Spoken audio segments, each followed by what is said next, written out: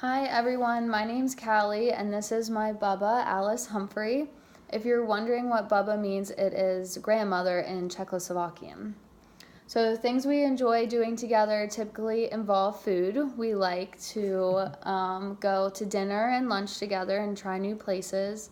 And we also enjoy going to a local coffee shop in Frederick, Maryland.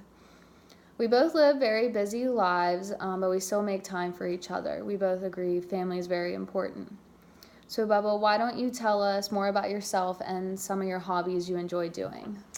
Okay, the number one hobby I have is antiquing. I used to own an antique shop many, many years ago, and I enjoyed it immensely, and then had to close it to open a bed and breakfast, which kept me very busy for 10 years. And now I have 3 antique booths at a large antique mall, and I end up going to antique auctions and buying in households and wherever I can get my antiques. And I do enjoy that an awful lot. Crafting is another thing. I don't do a lot of crafting, but I have a great friend who does, and I help her a lot with her sales and her pricing, and also with some of her crafting.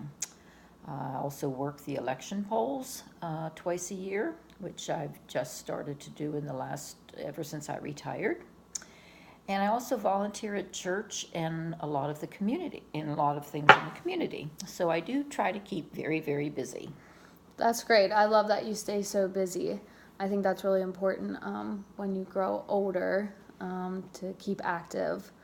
So, from spending time together, I've learned more about our family history. I found different types of food that I like, and I don't only spend time with my grandmother, but a friend too. So, Bubba, this class is all about successful aging and how we can have the best quality of life even in our elder years. So, what do you think is important to do to age successfully? I think the first thing to do is that you have to try to keep in good health, and you have to eat properly. I know we all don't, and I probably don't either, but I try. You do have to do your doctor visits and so on and so forth every year. I think that's number one.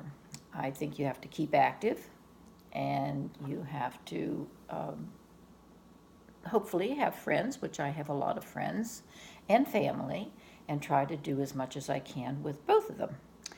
And you also have to try to keep up with current events, whether it's the newspaper, the TV, or just the internet, or however you can do it. But I think it's very important to keep up with the current events, and that can be TV also.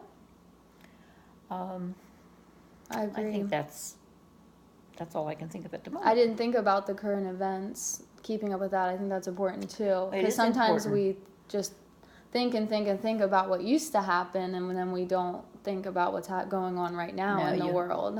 You have to, because when you get in mixed company Yeah. with young and old, Right. or whatever the age group is, you don't want to feel like you don't know what you're talking about, Right. or you feel like you're an outsider, and you shouldn't. You should keep up with current events as much as Right. possible.